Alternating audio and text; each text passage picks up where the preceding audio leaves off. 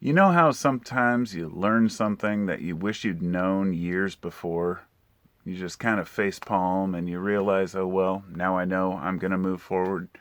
That's how I feel about this little tape measure hack that I learned a while back that I hadn't actually applied to my woodworking.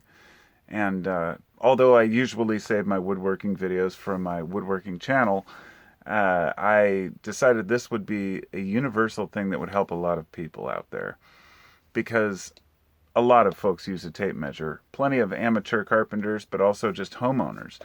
And what I'm talking about is when you hook your tape measure over the end of something and it slips off.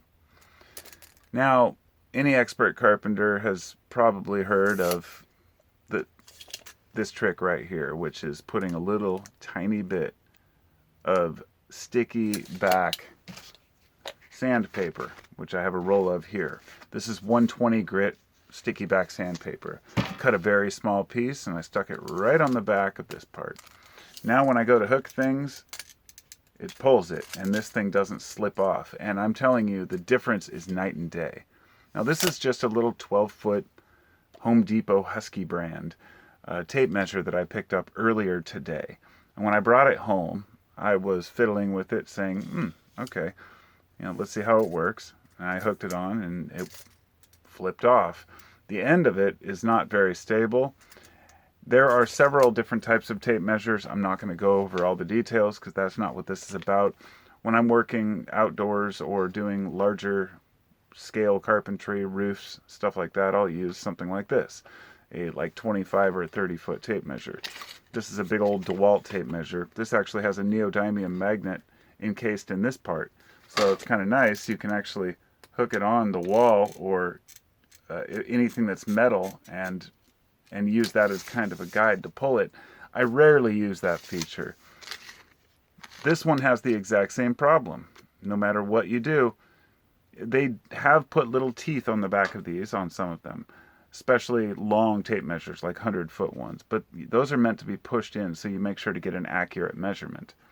So to get back to this one, most folks hook when they're doing a measurement. There are, of course, people who have probably wondered why on the end of a tape it moves back and forth like this. Well, the reason for that, it's not because it's loose or it needs to be fixed or glued. Don't do that. It's so when you pull and you get a measurement, the measurement comes from the inside of this point. Yet when you're pushing it to the inside, say a wall, then you need to account for the thickness of this piece. So it pushes back in.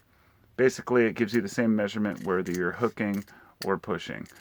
And other than that, a tape measure is pretty self-explanatory. You read the numbers, you figure out what you need.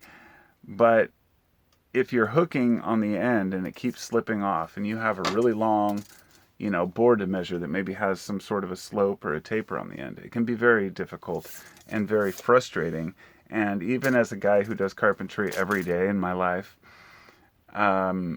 this is a trick that I hadn't really applied until just now, and I thought it was completely worth sharing. So stick a little bit of that 120 grit is what I found works for me. I'm sure you could use, thinner or thicker. Now look, there are going to be some purists out there who say, oh my God, adding a 64th or 128th of an inch onto your tape measure is going to, change your measurements. Look, if you're building cabinets, I get it. Or high-end, super accurate carpentry, I think even then this isn't even going to change the thing. I took measurements before and after I put it on, and that's not even enough to be able to measure. If you use a thicker grit, like 80 grit or 60 grit, those grits are taller, so yeah, that might interfere with your measurement. But I think if you're using 120 to 180, I think that would be the perfect grit to use. Anything finer probably would just not work. It would probably be too fine. Anything thicker might interfere with the measurement. So 120 to 180 grit. If you don't have newspaper or you don't have the paperback stuff, the peelable shit, which why go out and buy a roll just for that, obviously. If you have any piece of sandpaper, all you have to do is just cut out a little square and then super glue that puppy to the back and you're good to go. I think it will help a lot of people out there, but to each his own. Talk to you next time. Be well.